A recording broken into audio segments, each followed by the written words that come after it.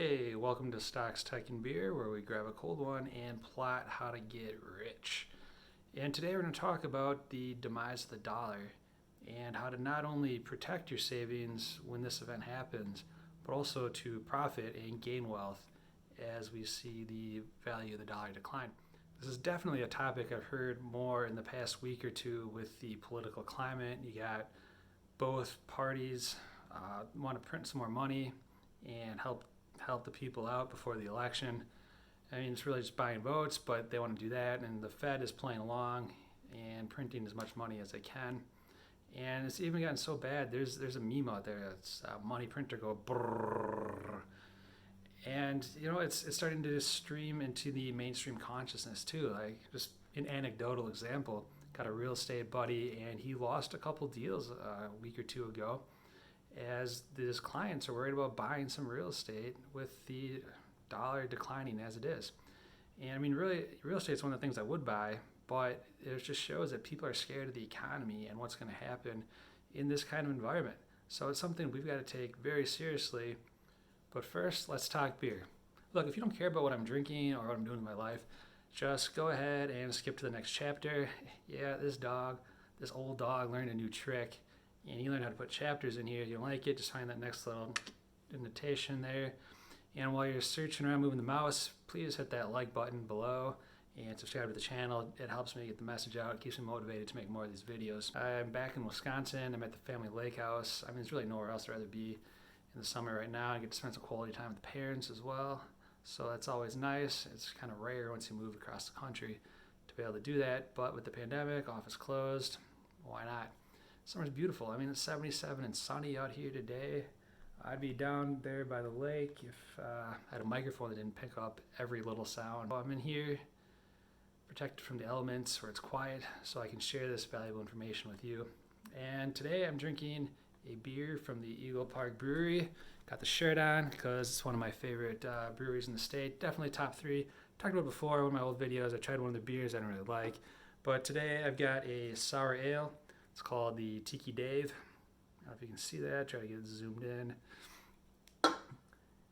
Anyways, went to the brewery. Eagles Park is known for 2 things. Their hazy IPAs and their slushies. Unfortunately, all the slushy cans were sold out and I couldn't get any. But I got this sour ale, and let's see what we're going to rate it.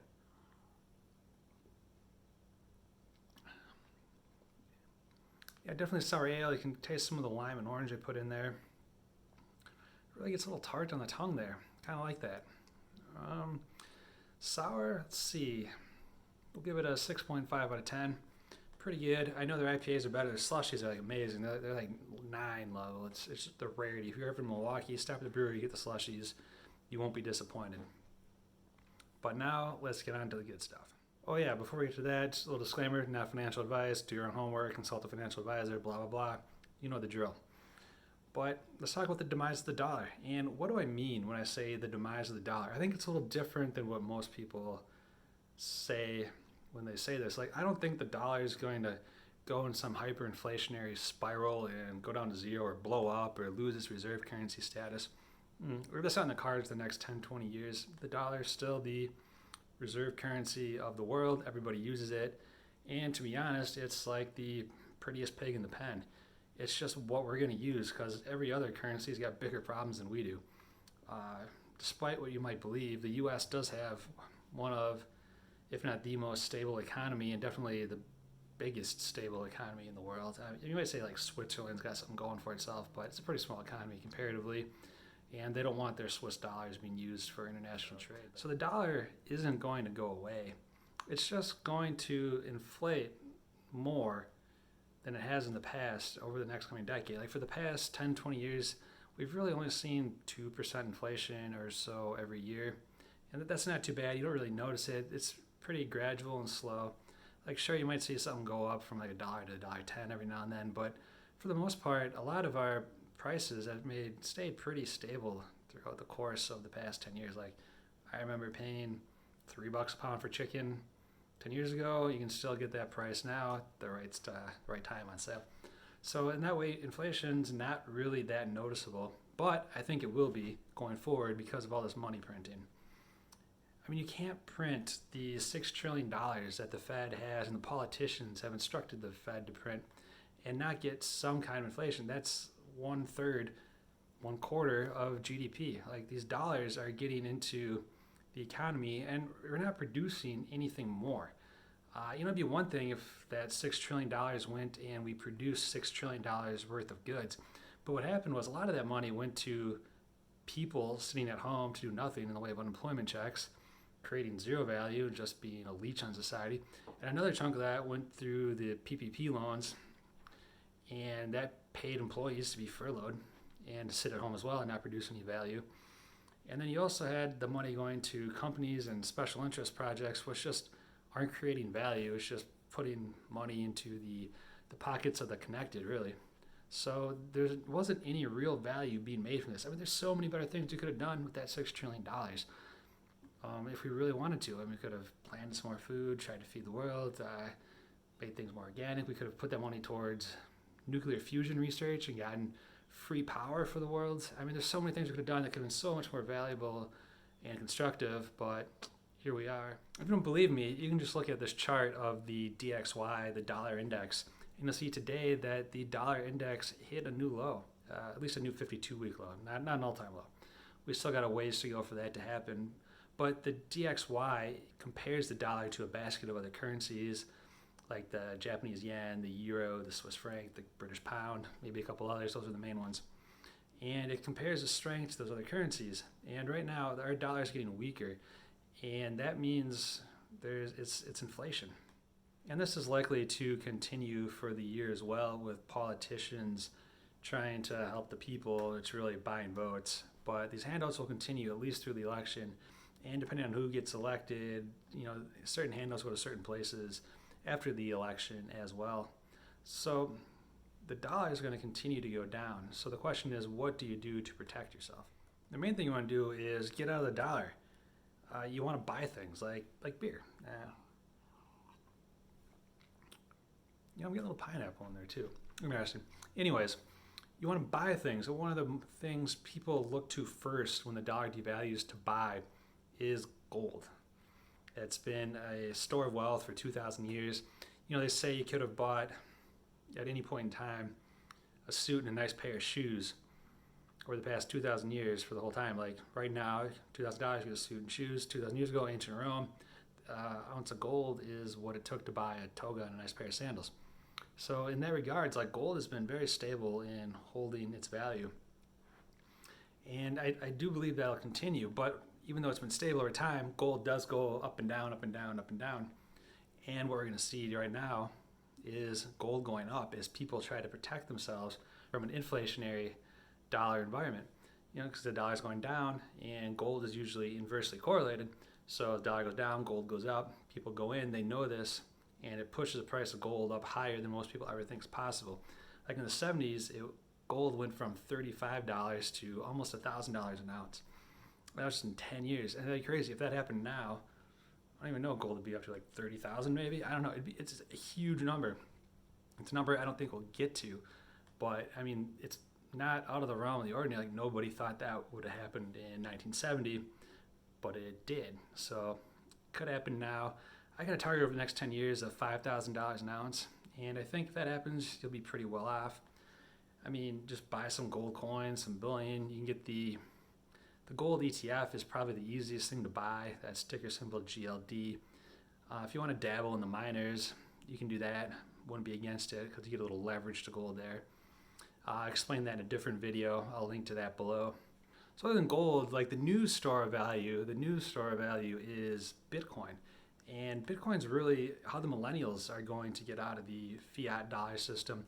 Whereas boomers use gold to get out, millennials tend to use Bitcoin. And either way it works. They're both pretty inversely correlated to the dollar. Like I said, dollar goes down, Bitcoin, gold go up. And we'll see that here. But Bitcoin has a little kicker to it. I think Bitcoin has a much lower adoption ownership rate right now. And we're starting to see institutional clients go there. Paul Tudor Jones just went out and said he was buying some Bitcoin for his fund. He's like the biggest investor out there. Well, not the biggest, but one of the most important, well-respected guys. And he gave everyone the cover to do that with his announcement a couple a couple weeks, month ago, that he bought Bitcoin for his fund. Like, he's not some fringe guy. This guy's been around. He's old. He's been around for decades. And he said he was buying Bitcoin in his fund to protect his investors. And now you're going to see other funds do that as well. You'll see money managers start doing that. That's going to push more and more money into Bitcoin, and that'll push value up and up and up. But that's not the only people getting in there. So Bitcoin's also usable as software. You can run some code on top of there. It works as a impenetrable database. Like the Bitcoin blockchain is unhackable. It's impossible. Don't even worry about it. And you can do that. So applications are being built on top of the Bitcoin blockchain. And these applications are using little chunks of Bitcoin, a Satoshi here, a Satoshi there. But all of a sudden that adds up, and it creates more adoption, more usage for Bitcoin, and that pushes the value up for those who are hodling on. So Bitcoin, I mean, really over the next 10 years, Bitcoin is either, in my mind, going to be zero or over $100,000. And I don't really see much in between there. It's either going to become worthless, nobody uses it, and other cryptos, blockchain applications overtake it, or it's going to become massively adopted, which I think will probably happen. And it'll be more than $100,000 of Bitcoin. But that's my target for the next 10 years. We'll see if that happens. I think everyone should have a little allocation to Bitcoin. Not much, a couple percent of your portfolio, unless you really want to get risky. But it's just sensible to have some gold, some Bitcoin, as a way to get out of the fiat dollar system. I mean, stocks aren't a bad choice either if you're want to get down to it, because stocks, you really own a real property, you own a real business that's generating money. And most businesses, if they're actually valuable, if the service they provide is valuable to people, they can raise their prices with inflation and people will still pay it because they need their product or really want it. Like they say Hershey's is one of the best companies you can buy because as it goes up, people still want to eat chocolate. And that's the same thing. Like the price goes up a little bit for Microsoft Office, most people are still going to pay for it. So, I mean, stocks aren't a bad option for like option 2.5. But, I mean, you really want to own a real assets in an inflationary environment because those are going to do the best. They're going to withhold their value. You want to have assets that are scarce. Like, you can't, like, it takes a lot of effort to dig up more gold. The supply of Bitcoin is locked in to the software code that can't be changed. Well, unless 51% of the people who mine the Bitcoin want to change it, but that's not going to happen. At least in a way that'll make it worse. They can't even agree to make it better, much less worse. So I wouldn't worry about that happening. And the other thing that's scarce, and would be my third thing I would pick in an inflationary environment, is to own some real estate. To be honest, that's one of the best things you could do in an inflationary environment is to own some real estate. They're not making any more land. Like, the Earth's the Earth. It's not getting any bigger. And with global warming, rising oceans, land might even become more valuable in the next 100, 200 years. So it'd be a way to set your family up for the future. And real estate's nice because you can borrow a ton of money to buy real estate as well. So you can buy more than you could afford right now. And you don't buy that house, you could live in it, or buy a house and rent it out. But when you're borrowing money in an inflationary environment, you are paying it back with dollars that are devalued.